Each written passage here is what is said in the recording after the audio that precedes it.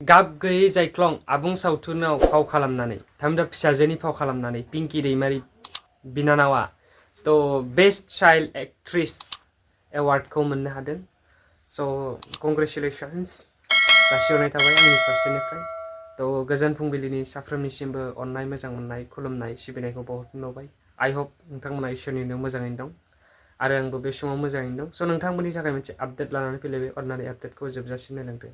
जायफ्रा चेनेलाव गोदान चेनेलखौ साबस्क्राइब आरो भिडिअखौ लाइक खालामनानै फैबाय थानाय समाव भिडिअ बानायनो थुलुंगा होलांगोन होननानै मिजिंथिबाय। थ' भिडिअखौ जेसेबांनो एसेबांनो शेयार खालामनानै हो आरो भिडिअखौ फुल नायजोबनायनि उनाव कमेन्ट्स खालामनो दाबाव। आं माने ओरैबायदि खुसि मोनदों, माने खुसिखौनो लाग' हायाखै आरोना। ओमफ्राय आंनो बेयो मोनसे सिमां दंखायोमोन, एक्टिं खालामनानै आङो बेबायदि एवार्ड लागोन होननानै। ओमफ्राय बे दिनै जाफुंबाय। ओमफ्राय आङो बेबायदिनो नाजालांबाय थागोन।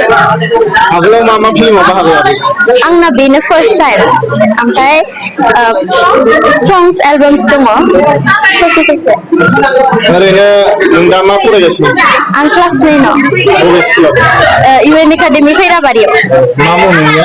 पिंकी दैमारी। मा बागै मा खालामो? फार्मिं रला।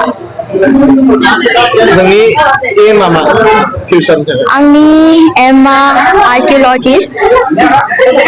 ओमफ्राय आङो आंनि माबाजों लोगोसे बे एक्टिंखौबो लांफाबाय थागोन। मा रल लानानै दिनै एवार्ड मोनखो? फामि फामि। फिसाजो लादों? फिसाजो सोरनि? फैसालि, बै संगिना आइनि फिसाजो। मा फिल्ममोन? गाब गैयै जायख्लं सावथुन। नोंनि मुङा मा मुंमोन? आंना पिंकी दैमारी, ओमफ्राय बेहाय रला जादोंमोन फामि।